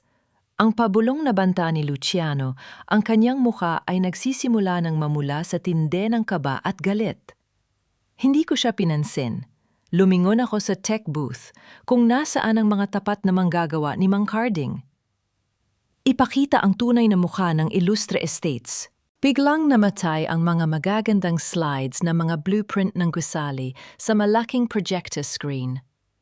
Sa halip na mga parke at gusali, ang lumitaw ay ang mga audit reports na nagpapatunay ng pagnanakaw ni Luciano at Marie Chris. Kasunod nito ang audio recording na kinuha ko sa banyo at sa opisina ni Divina ay sumabog sa mga higanteng speakers. Isang basyong sisidlan ay walang karapatang magtago ng apoy.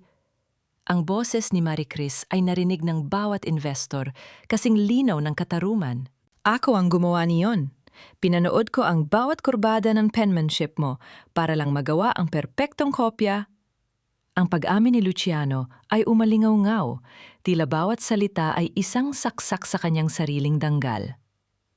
Nakita ko ang pagguho ng mundo ni Doña Remedios habang nakatayo siya sa gilid, ang kanyang baso ng alak ay dahan-dahang nalaglag mula sa kanyang kamay at nabasag sa sahig. Ang tunog ng pagkabasag niyon ay tila hudyat ng kanilang katapusan. Nang hinig ang buong katawan ni Luciano. Susugurin niya sana ako upang agawin ang mikropono.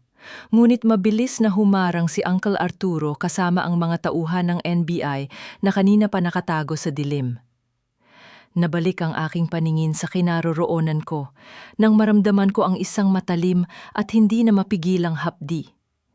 Napakapit ako sa aking tiyan. Ang aking mga tuhod ay tuluyan ng nanghina. "Luciano!" Ang aking boses ay naging paos sa gitna ng matinding sakit. "Ang hacienda ay mananatili sa mga Ilustre. Pero ikaw, hinding-hindi mo na makikita ang pagsilang ng katarungang ito." Naramdaman ko ang pagputok ng huling bahagi ng aking panubigan at ang asul na bestida ko ay tuluyan ng nabalot ng basa at init.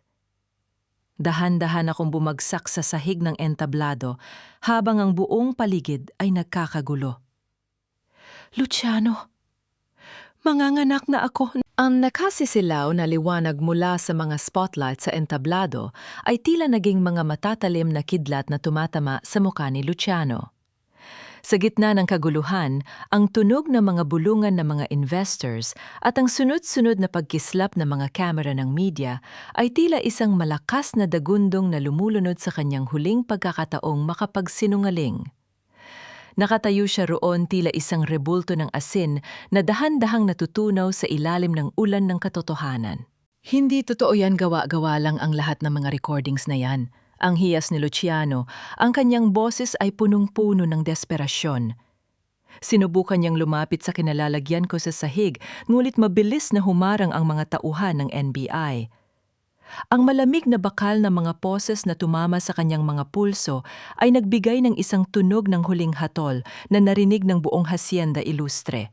Sa kabilang bahagi ng entablado, nakita ko si Marie Chris, na pilit na nagtatago sa likod ng kanyang ina na si Ate Divina. Ngunit wala na silang matatakbuhan.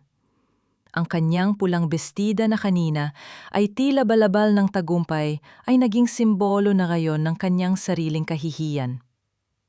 Ang bawat sulyap sa kanya ng mga tao ay punong-puno ng pagkasuklam. Si Doña Remedios naman ay napaupo sa kanyang silya. Ang kaniyang mga kamay na dati ay abala sa paghagod sa perlas ay nanginginig na ngayon sa takot habang pinapanood ang kanyang kaisa-isang anak na kinakaladkad palayo. Naramdaman ko ang marahang pagbuhat sa akin ni Uncle Arturo at ni Mang Carding. Ang bawat paggalaw ay nagdudulot ng isang uri ng sakit na hindi ko na maisalarawan, isang nag-aapoy na hapdi na tila nagnanais na hatiin ang aking pagkatao. Ngunit sa gitna ng hapdi, naramdaman ko ang isang uri ng kapayapaan. Ang Hacienda Ilustre ay sa wakas ay malaya na mula sa mga anino. Feda, lumaban ka anak, nandito na ang ambulansya.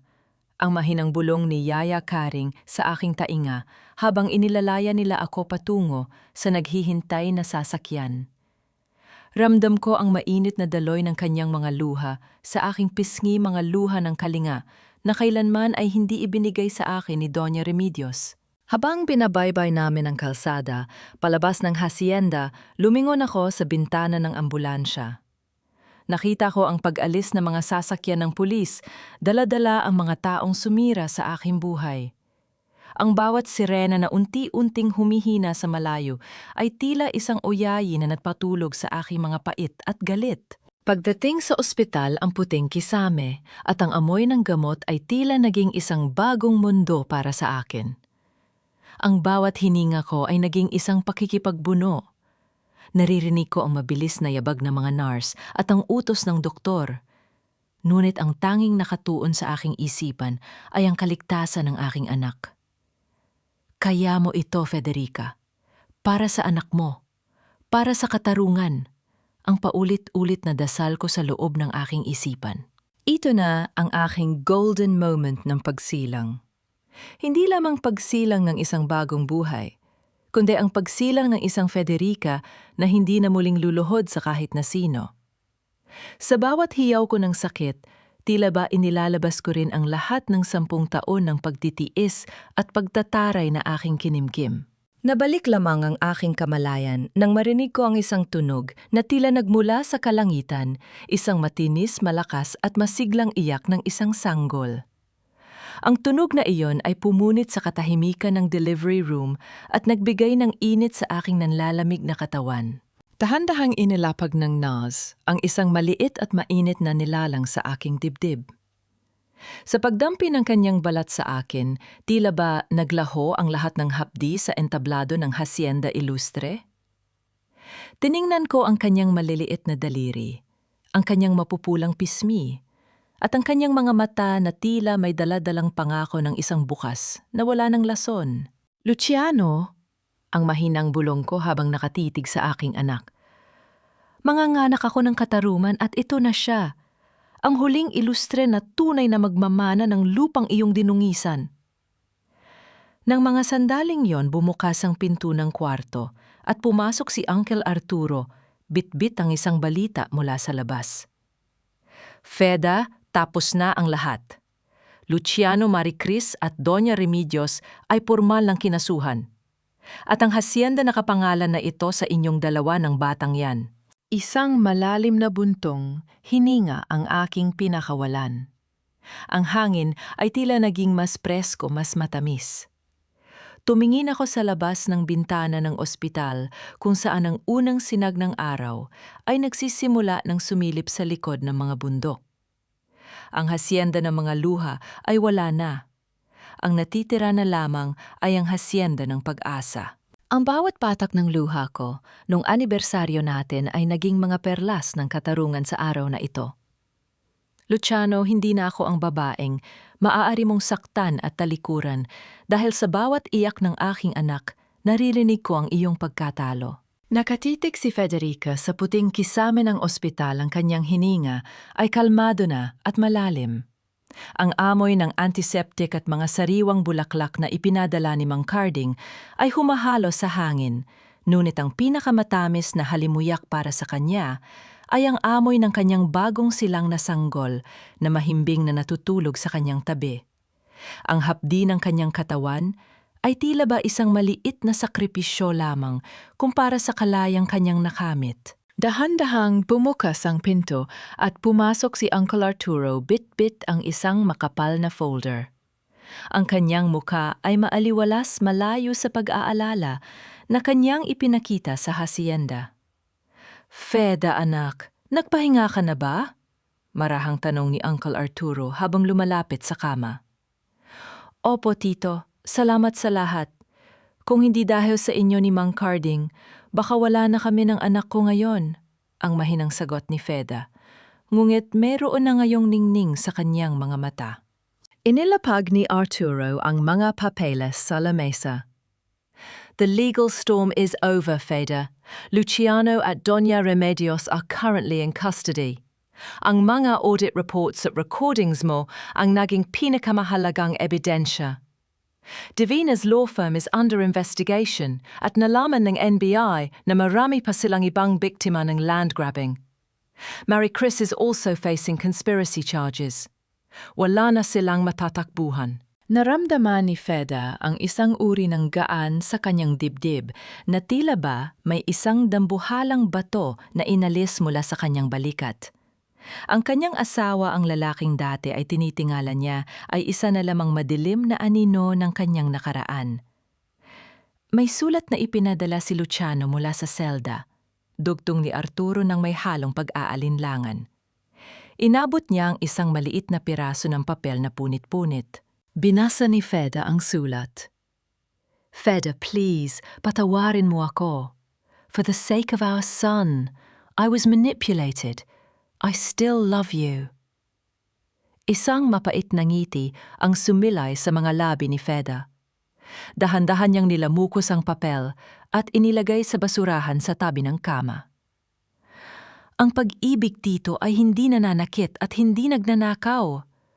Luciano loved the land, not me. At ang kanyang pagsisisi, iyan ay dahil lamang nahuli na siya. Ito ang kanyang golden moment ng tuluyang paglaya. Inabot ni Feda ang panulat na dala ni Arturo at idiniin ito sa petition for annulment at sa muling pag-aayos ng kanyang management authority para sa hasyenda.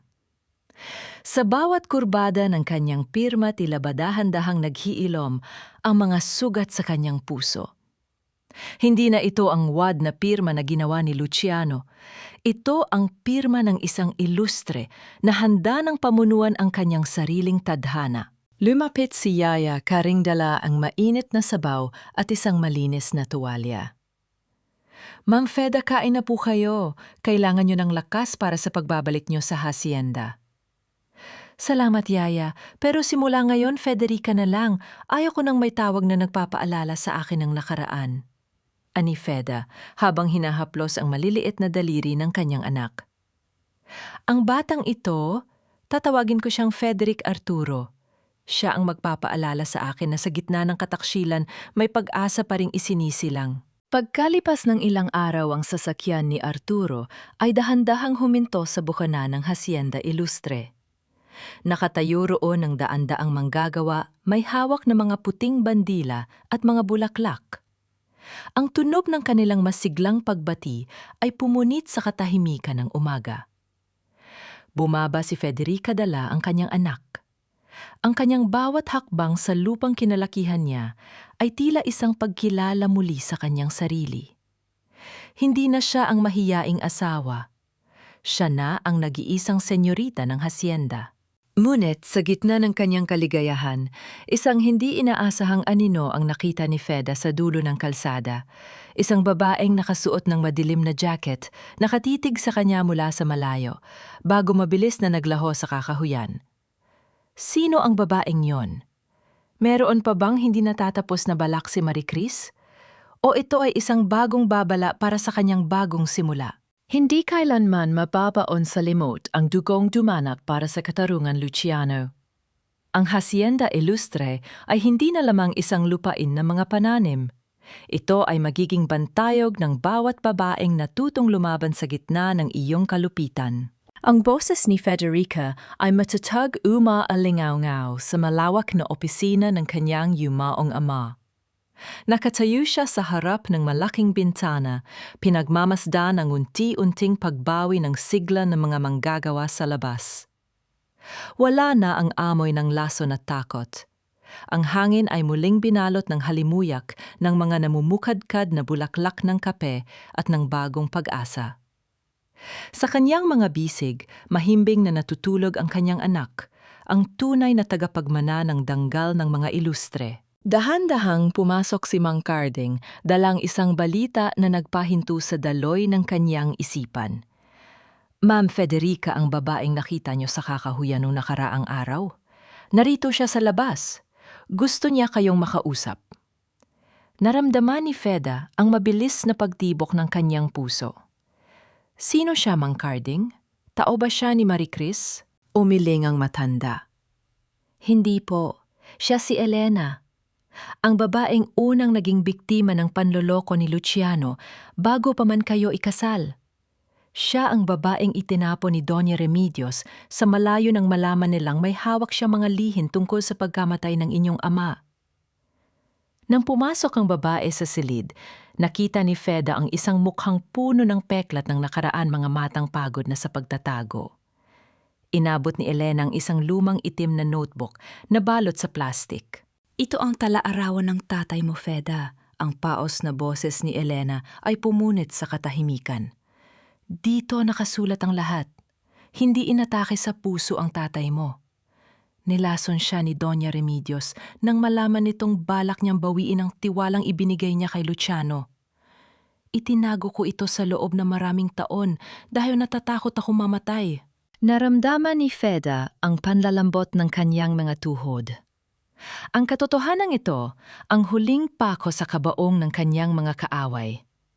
Ito ang kaisa-isang ebiden siyang kailangan upang matiyak na hinding-hindi na muling makakalabas ng bilangguan si Doña Remedios at si Luciano. Ito ang kanyang golden moment, ang sandali ng ganap na paglaya. Inabot niya ang notebook at niyakap ito ng mahigpit tila ba niyayakap niya ang kanyang ama sa huling pagkakataon. Salamat, Elena. Ang sakripisyo mo ay hindi masasayang. Tinawagan ni Feda si Uncle Arturo upang ihatid ang bagong ebidensya sa mga awtoridad. Sa huling pagkakataon, nakaharap niya ang kanyang sarili sa salamin. Wala na ang Federica na luhaan at sugatan. Ang nakatayo ngayon ay isang babaeng may koronang gawa sa katatagan. Lumabas siya sa balkonahin ng mansyon at hinarap ang lahat ng kanyang mga manggagawa. Simula sa araw na ito, ang Hacienda Ilustre ay hindi na pag-aari ng iisang pamilya lamang. Ito ay magiging isang kooperatiba. Lahat kayo ay may bahagi sa lupang ito. At dito, itinuro niya ang isang lumang gusali sa dulo ng hacienda. Ititayo natin ang bahay Kalinga, isang santuwaryo para sa mga kababaihang binalian ng pakpak ng mga taong dapat ay nagmamahal sa kanila. Isang malakas na palakpakan at hiyawan ng kagalakan ng sumabog sa buong hacienda. Ang tunog ng kanilang pagtanggap ay tila isang himig na nagpapawi sa lahat ng pait ng kanyang nakaraan. Lumapit si Yaya Karing at dahan-dahang hinawakan ang balikat ni Feda. Proud na proud ang tatay mo sa iyo, Federica. Ngumiti si Feda, isang ngiting tunay na nagmumula sa kanyang kaluluwa. Tumingala siya sa langit at bumulong sa hangin. Tapos na ang pagtitiis, Papa. Ang Hacienda Ilustre ay muli nang nagnaningning. Habang ang araw ay dahan-dahang lumulubog sa likod ng mga bundok, nag-iiwan ng kulay kahel at lila sa kalangitan. Naramdaman ni Federica ang isang uri ng kapayapaan na kailanman ay hindi niya inakalang makakamit. Ang kanyang kwento ay hindi nagtapos sa pagiging biktima. Ito ay nagsimula sa pagiging isang reyna ng kanyang sariling tadhana.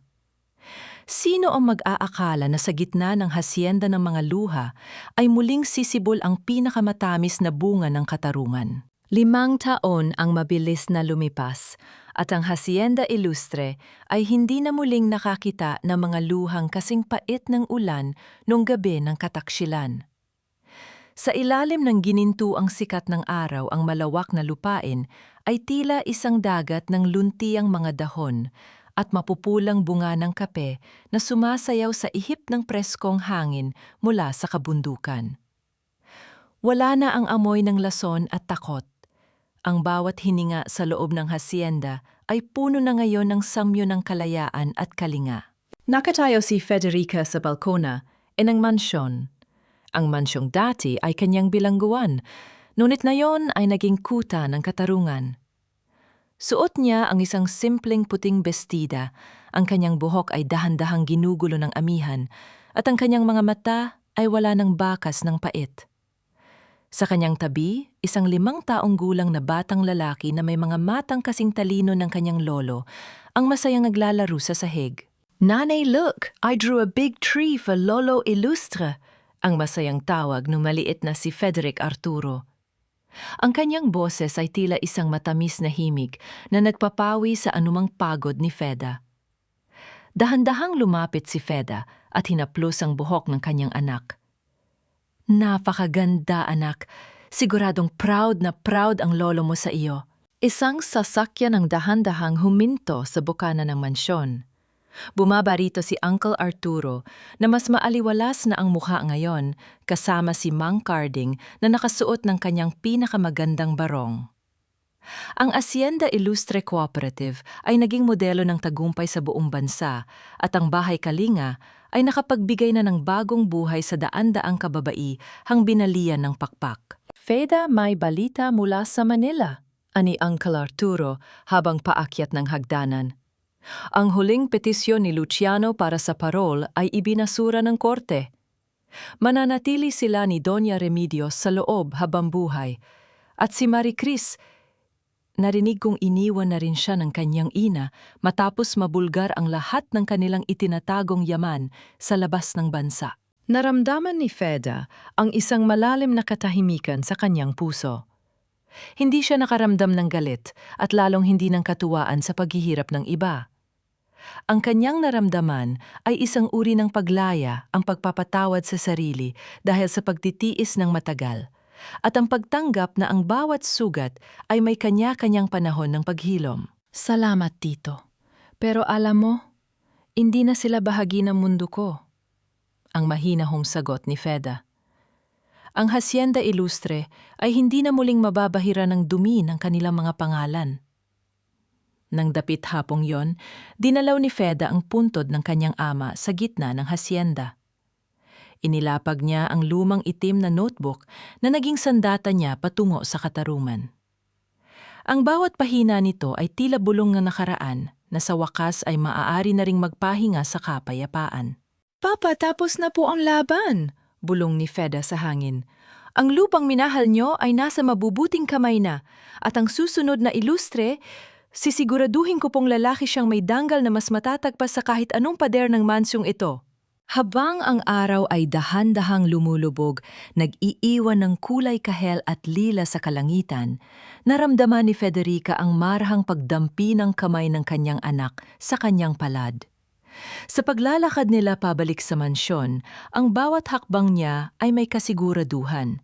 Wala ng takot, wala ng mga aninong nagmamasid sa dilim.